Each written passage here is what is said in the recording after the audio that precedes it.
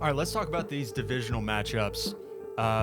First of all, before we even get started, I am going to just remind everybody that I will not be held accountable when all of these picks don't go how I think they're going to go.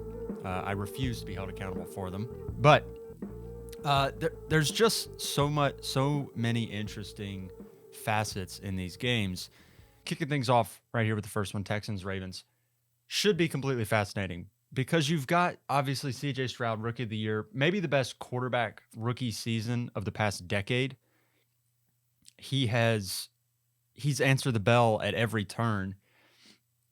But then you also throw him up against the Ravens defense and just the Ravens team as a whole, which is probably the best, if you factor in everything together, the best team left in the playoffs.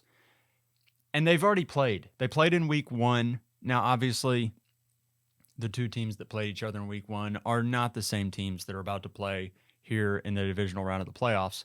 But in that matchup, the Ravens did win 25-9, and CJ Stroud couldn't get things rolling on offense for the Texans. I think things are about to look a lot different in this one, and that's why this Ravens by 9 line that we're getting here, it feels like way too much. Like I would be taking the points here with the Texans, and it's truly simply because CJ Stroud, I have full belief that he's going to at least move the ball for the Texans. I don't think the Texans win, but I would take the points. And, I would be looking at, can Houston keep CJ Stroud upright? Because I think if he manages to not be pressured all game long, he's got a really good chance to tear apart this Ravens secondary. And that's sort of the key matchup here. It's not really so much the Ravens offense versus the Texans defense, which is interesting in its own right. But I think it really comes down to, can the Ravens defense slow down CJ Stroud and the Texans offense enough to where the Ravens can kind of slowly choke them out? Because I think that's really what the Ravens want to do here. They don't want to get into a shootout here with the Texans. They just want to slowly suffocate them. And I think this line at 9 feels like it's too much because I don't think, frankly, that they're going to be able to choke out the Texans and just, destroy them slowly, death by 1,000 cuts style. That's not going to happen. But they should be able to win. I would take the points. 9 is way too much in this matchup. Packers 49ers, again, same thing here. The 49ers are getting 9 points. That 9 line just feels crazy because it's the same thing with Stroud and the Texans with the Packers, where you've got Jordan Love, who has been absolute nails this season, and he's been so good recently. It puts it in perspective a little bit because you look at Brock Purdy's numbers over the season, and you look at Jordan Love's numbers throughout the season, and you realize they are pretty much identical. Brock Purdy, 4,300 yards, basically, 31 touchdowns, 11 picks. Jordan Love, 4,200 yards, 32 touchdowns, 11 picks. Brock Purdy was in conversations for the MVP most of the season.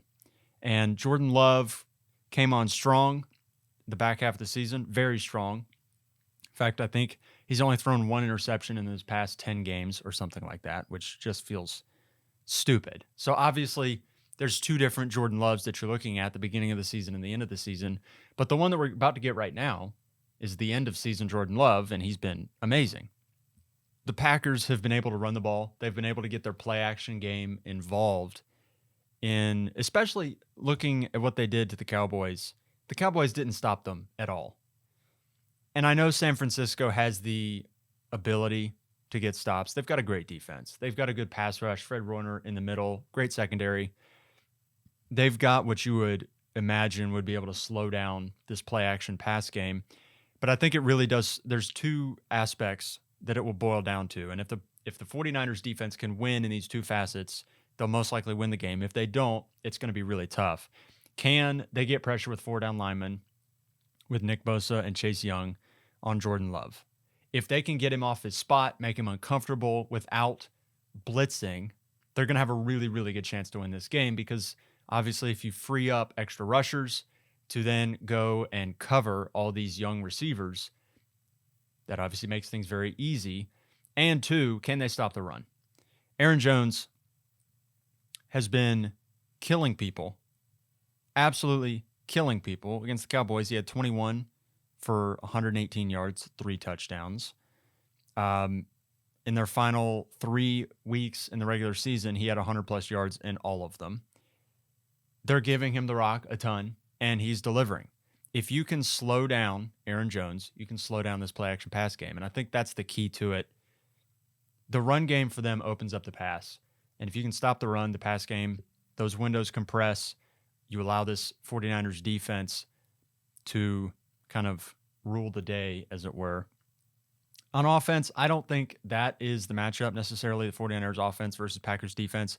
Packers defense hasn't been great as of late. They've been carried by their offense.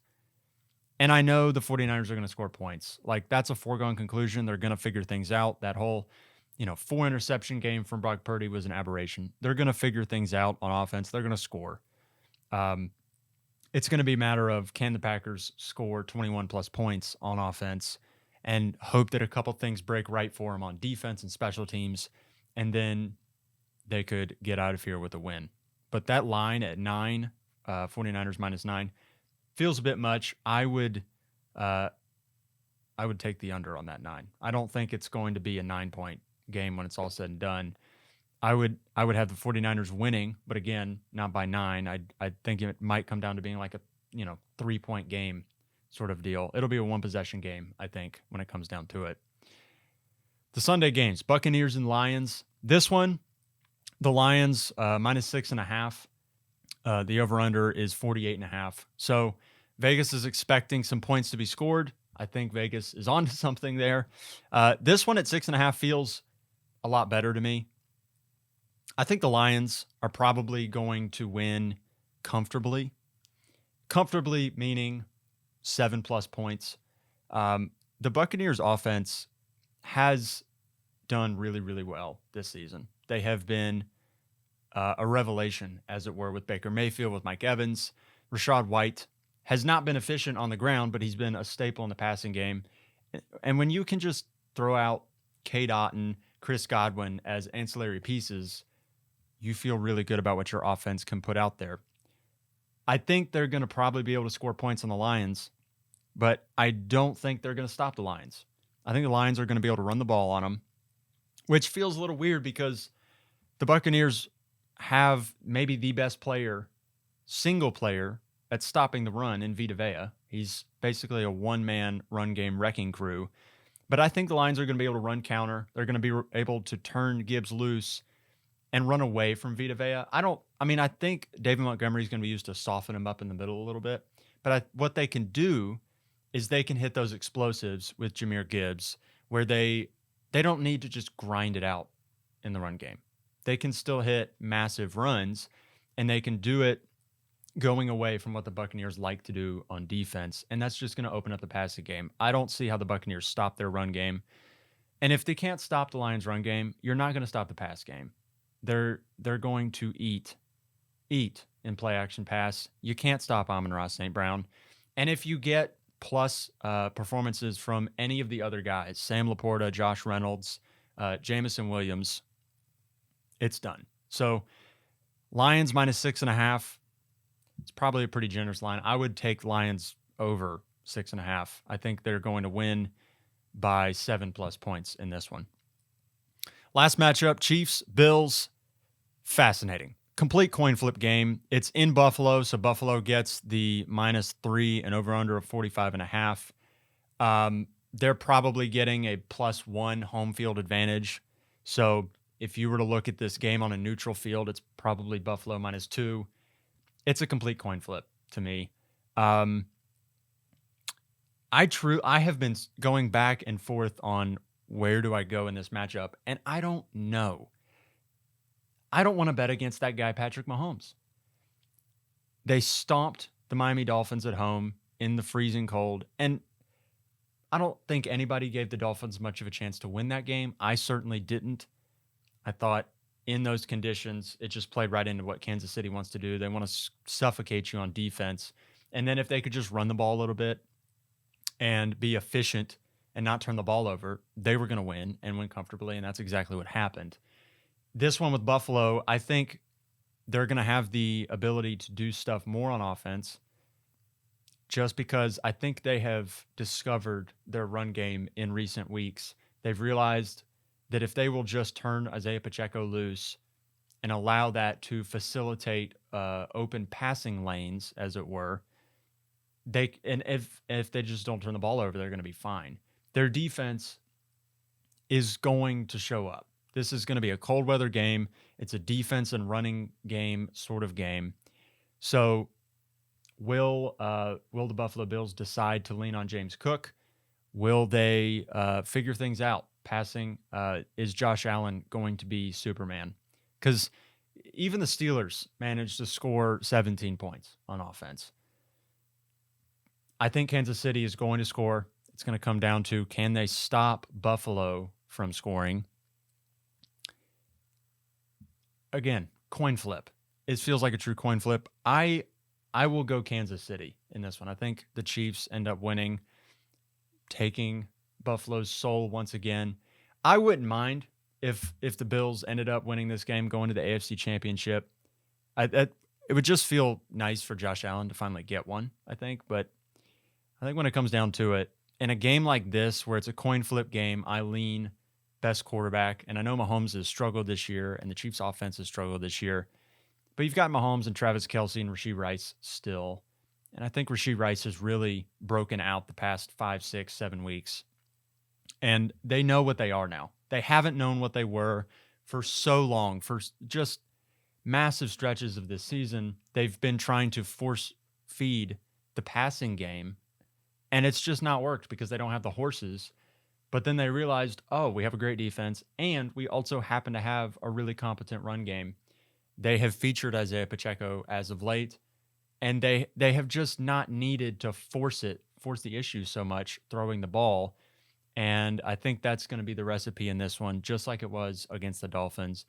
If they don't force it, trying to throw, and don't turn it over, they're going to be just fine. I think their defense is going to limit what Buffalo wants to do. Stephon Diggs, I don't think is going to be much of a factor in this one. If Buffalo is successful, it's because Josh Allen made things happen. Dalton Kincaid showed up, and James Cook was awesome. If those things happen, Buffalo should win. But yeah, true coin flip game. I'll go Kansas City in this one, and we'll see how it goes. Once again, I will not be held liable for any of these takes.